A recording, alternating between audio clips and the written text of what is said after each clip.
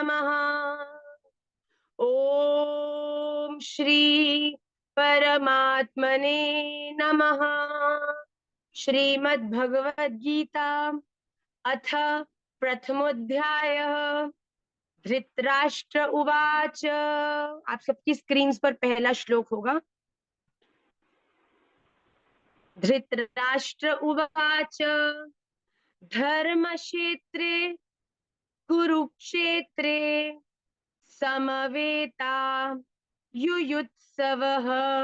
Again, धर्मक्षेत्रे कुरुक्षेत्रे समवेतायुयुत्सवः। मामकः पाण्डवाश्चैव मामकः पाण्डवाश्चैव किमकुर्वत सञ्जय किमकुर्वत सञ्जय। धर्मक्षेत्रे कुरुक्षेत्रे समवेतायुयुत्सवः। मामकः पांडवश्चैव किमकुर्वत संजय। इसमें अगर आप संधि विच्छेद करके अगर इसे पढ़ेंगे तो पहला शब्द है धर्म क्षेत्रे, दूसरा है कुरुक्षेत्रे, समवेतः युयुत्सवः, मामकः पांडवः च एव। तो पांडवाश्चैव की अगर हम संधि करते हैं तो वो क्या हुआ, पांडवः च एव। किम कुर्वत में है किम और अकुर्वत संजय। तो इनका अर्थ क्या हुआ, संजय जब वो बोल रहे हैं कि संजय का उद्बोधन कर रहे हैं तो वो संजय को पुकार रहे हैं, हे संजय। धर्म क्षेत्र का अर्थ है धर्म भूमि, कुरुक्षेत्र का अर्थ है कुरुक्षेत्र की जो युद्ध भूमि है उसको संबोधन कर रहे हैं। समवेता, समवेता का अर्थ है एकत्रित, समवेता मतलब एकत्रित। युयुत्सवः, युद्ध की इच्छा वाले। माम कहा मतलब मेरे। उसके बाद आगे देखिए, माम कहा के बाद च का अर्थ होता है और, एव का अर्थ होता है ही, पांडव का अर्थ है पांडु के पुत्रों ने। किम, किम कुर्वत है ना, किम का अर्थ है क्या और अकुर्वत का अर्थ है किया। तो जब हमने इसका, ये आपको कक्षा के पश्चात प्राप्त होगा तो आप इसको ध्यान से देखिए।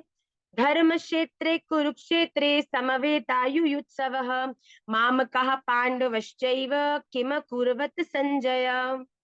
इस श्लोक में, जो प्रथम श्लोक है श्रीमद् भगवत गीता का, इसमें धृतराष्ट्र संजय से पूछ रहे हैं, हे संजय, धर्म भूमि कुरुक्षेत्र में जहां पर महाभारत का महायुद्ध होने वाला है, वहां पर एकत्रित, इकट्ठे हुए, युद्ध की इच्छा वाले, मतलब कि युद्ध भूमि में क्यों इकट्ठे हुए हैं कौरव और पांडव, क्योंकि सिंहासन के लिए युद्ध होने वाला है।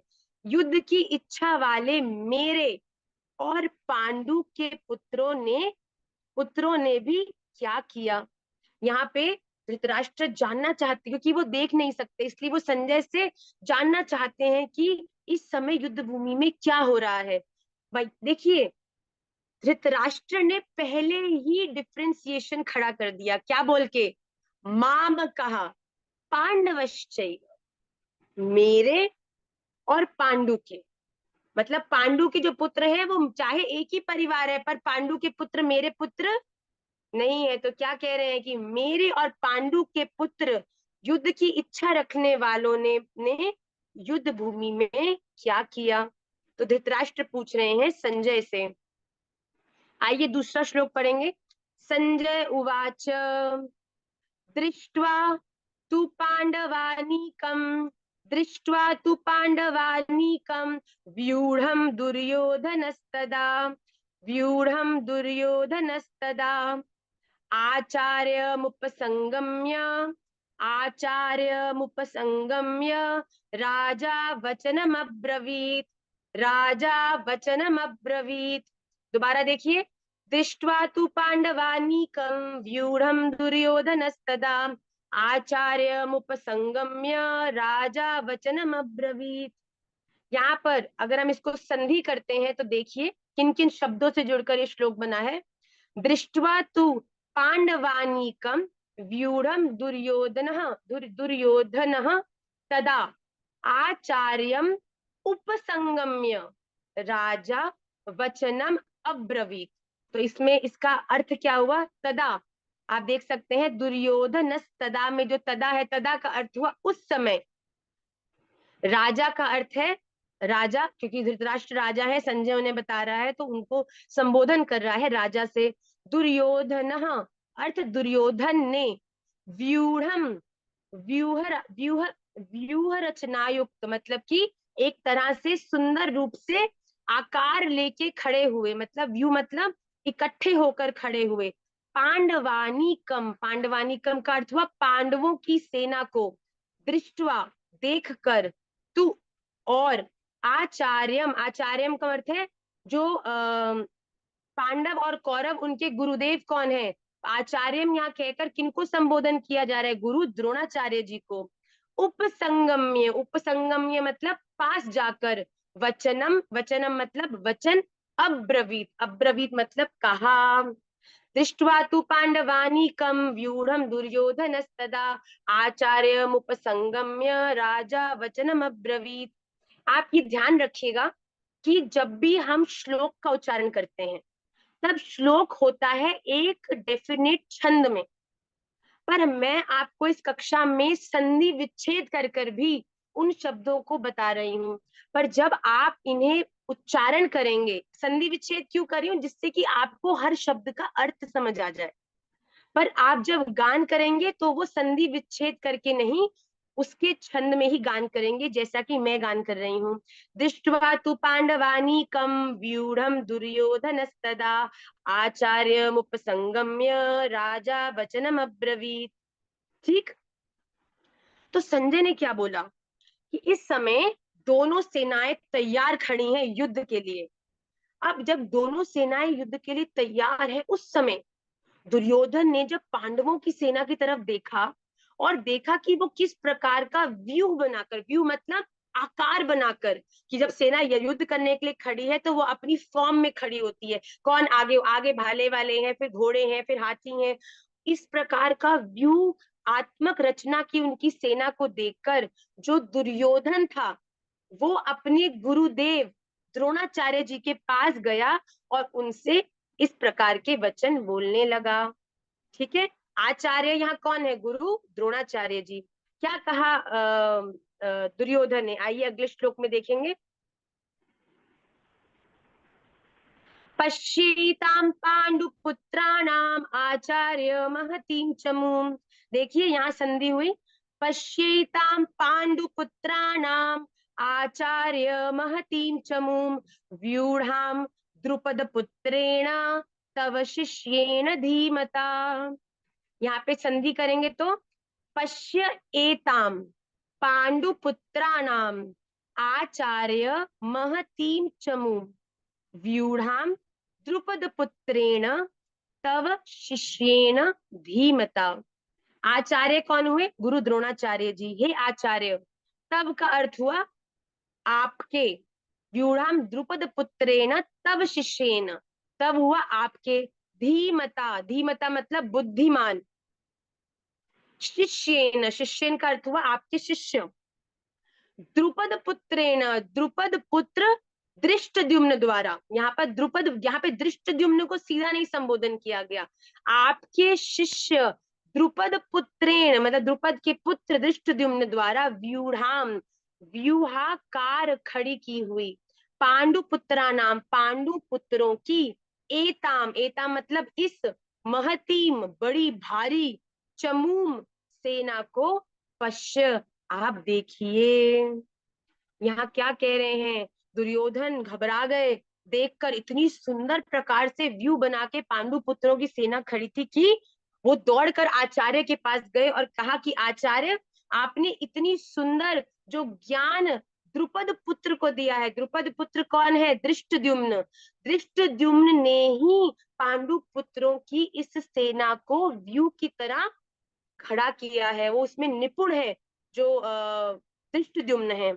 तो वो गए, जो दुर्योधन है वो, ये कौन सब कुछ किसको बता रहा है?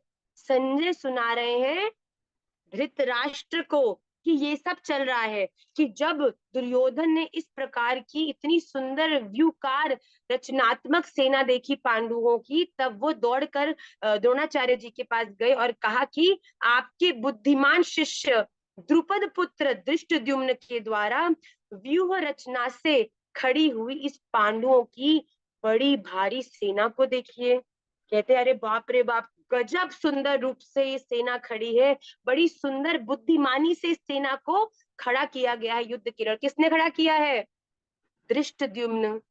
Time to time will also be having quizzes in the class, तो प्लीज जिसमें जो ये आचार्य कौन संबोधन किया गया है किसको, जो कौन है द्रुपद पुत्र, तो ये सब चीज आपको समझ आनी चाहिए। आइए अगले श्लोक की ओर बढ़ेंगे। आगे 3 श्लोक को हम एक संग लेंगे, which is going to be the last 3 shlokas of the Bhagavad Gita class.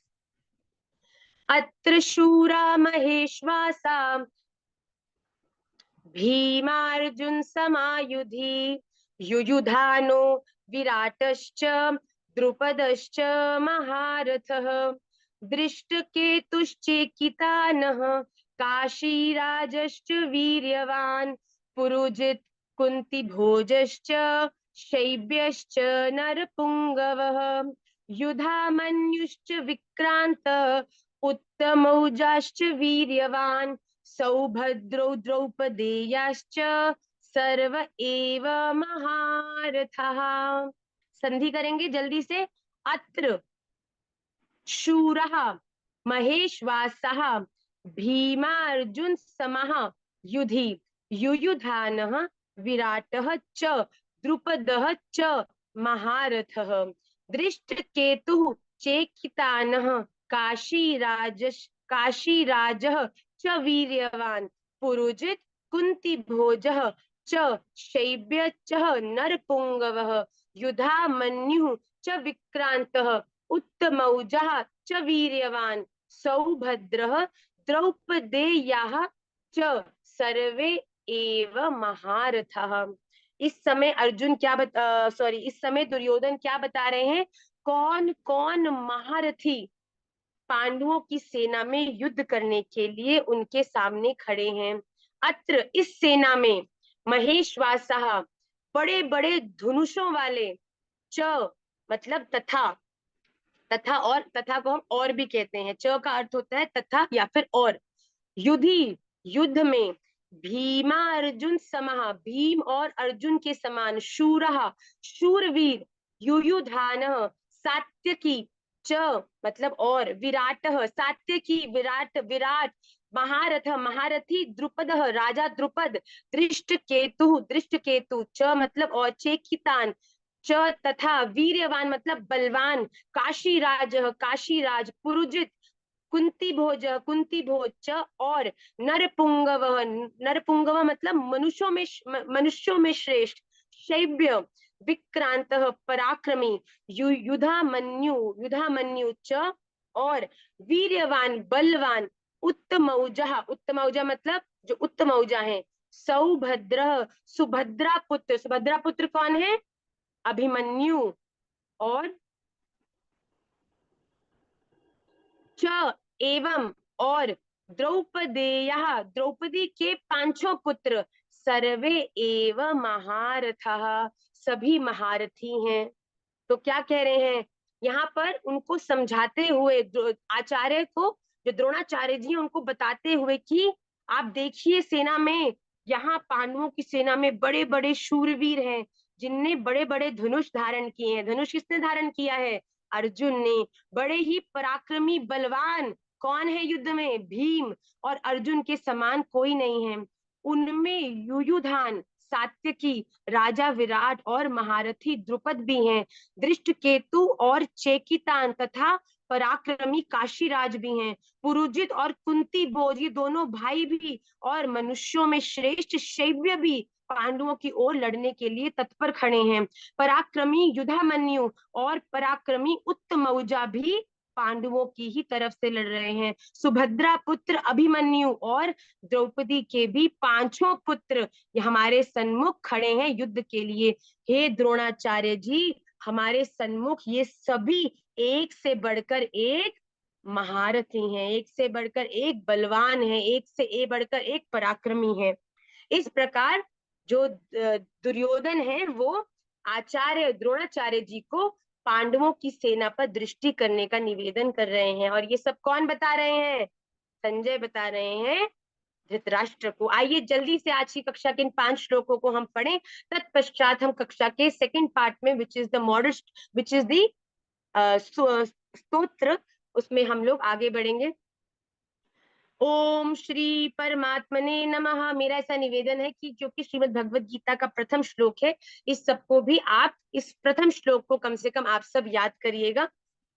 ओम श्री परमात्मने नमः। अथ प्रथमोऽध्यायः। धृतराष्ट्र उवाच धर्मक्षेत्रे कुरुक्षेत्रे समवेतायुयुत्सवः मामकः पाण्डवश्चैव किमकुर्वत सञ्जय। संजय उवाच दृष्ट्वा तु पाण्डवानीकं व्यूढं दुर्योधनस्तदा आचार्यमुपसंगम्य राजा वचनमब्रवीत् पश्यैतां पाण्डुपुत्राणाम् आचार्य महतीं चमूं व्यूढां द्रुपदपुत्रेण तव शिष्येन धीमता अत्र शूरा महेश्वासा भीमार्जुन समायुधि युयुधानो विराटश्च युयुधानो विराटश्च द्रुपदश्च महारथ दृष्टकेतुश्चेकितानः काशीराजश्च वीर्यवान् पुरुजित् कुन्तीभोजश्च शैव्यश्च नरपुङ्गवः युधामन्युश्च विक्रान्त उत्तमौजाश्च वीर्यवान् सौभद्रो द्रौपदेयाश्च सर्व एव